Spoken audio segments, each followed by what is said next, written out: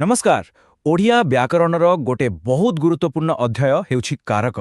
तबे आजी आसंतु एहार रहस्य को बहुत सरल भावरे बुझिबा आउ एहाकू पूरापूरी आयत्त करिबा।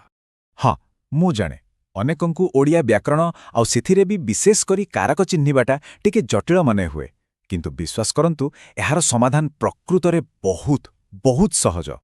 आउ सेही सहज समाधानटा कौन जानती? संपूर्ण कारकर धारणाटा मात्र 6टी छोट छोट सरल प्रश्न भितरे ही लुचि रहिछि।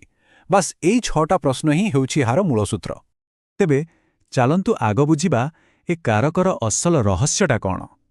देखंतु सीधा कथा हैला गोटे वाक्यरे क्रियापद सहित बाकी पदमानंकर जो संपर्क थाए ताकू ही कारक कुहा जाए। आसंतु एहाकू गोटिए गोटिए करी भल भावे देखिबा। आमर यात्रा आरंभ हब सबुठारु मौलिक आउ सबुठु जरूरी दुईटी कारकरू। सेगुड़िक हेला कर्ता एवं कर्म। मने रखंतु एई दुईटी को जदि ठीक भावे बुझीगले ना ताहले बाकी सबु कारक आपणा छाई सहज होइजिबो। प्रथमे आसिला कर्ता कारक। कर्ता माने जिए कामटा करूछि, the doer of the action. एहाकू खोजिबा पई आमुकु क्रियापदकू केवल गोटिए प्रश्न पचारिबाकू पड़िबो, आउ सेटा हेला किए। चलंतो गोटे उदाहरण नेबा। वाक्यटी हेउछि शिक्षक इतिहास पढ़ाउछंती। एबे आमे सेई प्रश्नटा पचारिबा, किए इतिहास पढ़ाउछंती?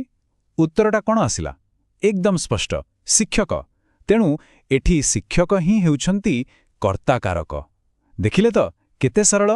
एबे आसिला कर्म कारक। क्रियार फल माने कामर प्रभावटा जाहा उपर पड़े सेईटा होछि कर्म। आउ एहाकू चिन्हिबा पई आम पाखरे दुईटा प्रश्न अछि। गोटे हेला कौन आउ गोटे हेला काहाकू। चालंतु पुणी सेई वाक्य को फेरिबा, शिक्षक इतिहास पढ़ौछंती। एथर आमे प्रश्न करिबा, शिक्षक कौन पढ़ौछंती? उत्तर कौन मिलिला? इतिहास। तेणु एई इतिहास पदटी ही हेउछि एही वाक्यर कर्मकारक। तेबे ए दुईटा भितरे मुख्य पार्थक्यटा एकदम स्पष्ट होइगला। कर्ता को खोजिबा पई आमे पचारिबा किए, आउ कर्म को खोजिबा पई आमे पचारिबा कौन किंबा काहाकू। एई सरल सूत्रटा मन रखिबा बहुत जरूरी। बड़िया, कर्ता आउ कर्म तो गला। एबे आसंतु अमर परवर्ती दुईटी कारक को देखिबा। सेगुड़िक हेला करण और संप्रदान। एगुड़िक यथाक्रमे कामर माध्यम आउ काहाकू किछि दिया गले तार ग्रहिता को बुझाई थाए। करण कारक एइटा हेला आम काम करिबार हथियार बा माध्यम, माने जहा साहाज्यरे कामटा करा जाए। आउ एहाकू खोजिबार सरल प्रश्नटी हेला काहा द्वारा। गोटे बढ़िया उदाहरण अछि। पिलाटी कलमरे लेखुछि। एठारे प्रश्न पचारंतु लेखिबा कामटा काहा द्वारा हेउछि।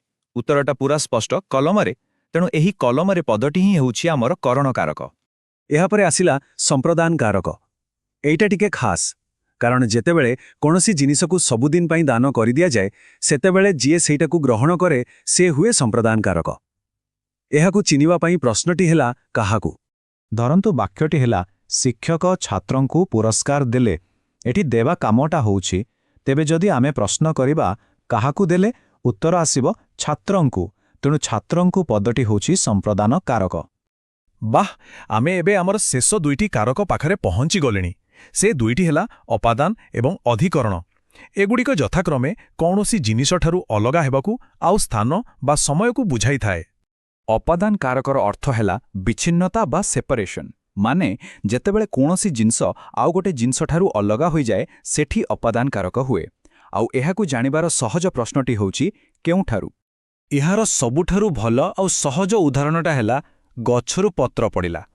एबे प्रश्न करंतु पत्रटी केउठारे अलगा हेला? उत्तर सांगे सांगे मिलिबो गछरु। तेणु गछरु होउछि आमर अपादान कारक। आउ शेषरे आसिला अधिकरण कारक। एइटा हेला आम क्रियार आधार। माने कामटा केउठी किंबा केतेबेले होउछि सेही स्थान बा समय को ही एहा बुझाए।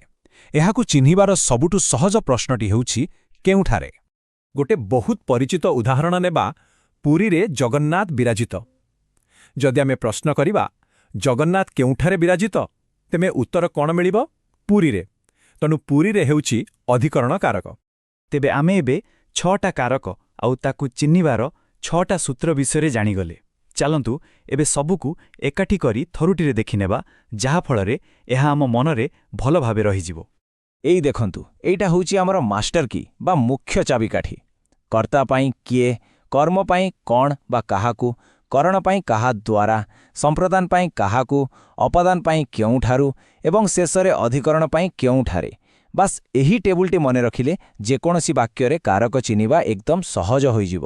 ତେବେ ଏହି 6ଟି ଯାଦୁକରୀ ପ୍ରଶ୍ନ ଜାଣିସାରିଲା ପରେ କ'ଣ ଆଉ କାରକ ଜଟିଳ ଲାଗୁଛି? ମୋତେ ତ ଲାଗୁନି। ଏବେ ଯେକୌଣସି ଓଡ଼ିଆ ବାକ୍ୟରେ ଏହି ସୂତ୍ର ପ୍ରୟୋଗ କରି କାରକ ଚିହ୍ନିବା ନିଶ୍ଚୟ ସମ୍ଭବ। ତେବେ ଆପଣମାନେ ପରବର୍ତ୍ତୀ ବାକ୍ୟର ବିଶ୍ଳେଷଣ ପାଇଁ ପ୍ରସ୍ତୁତ?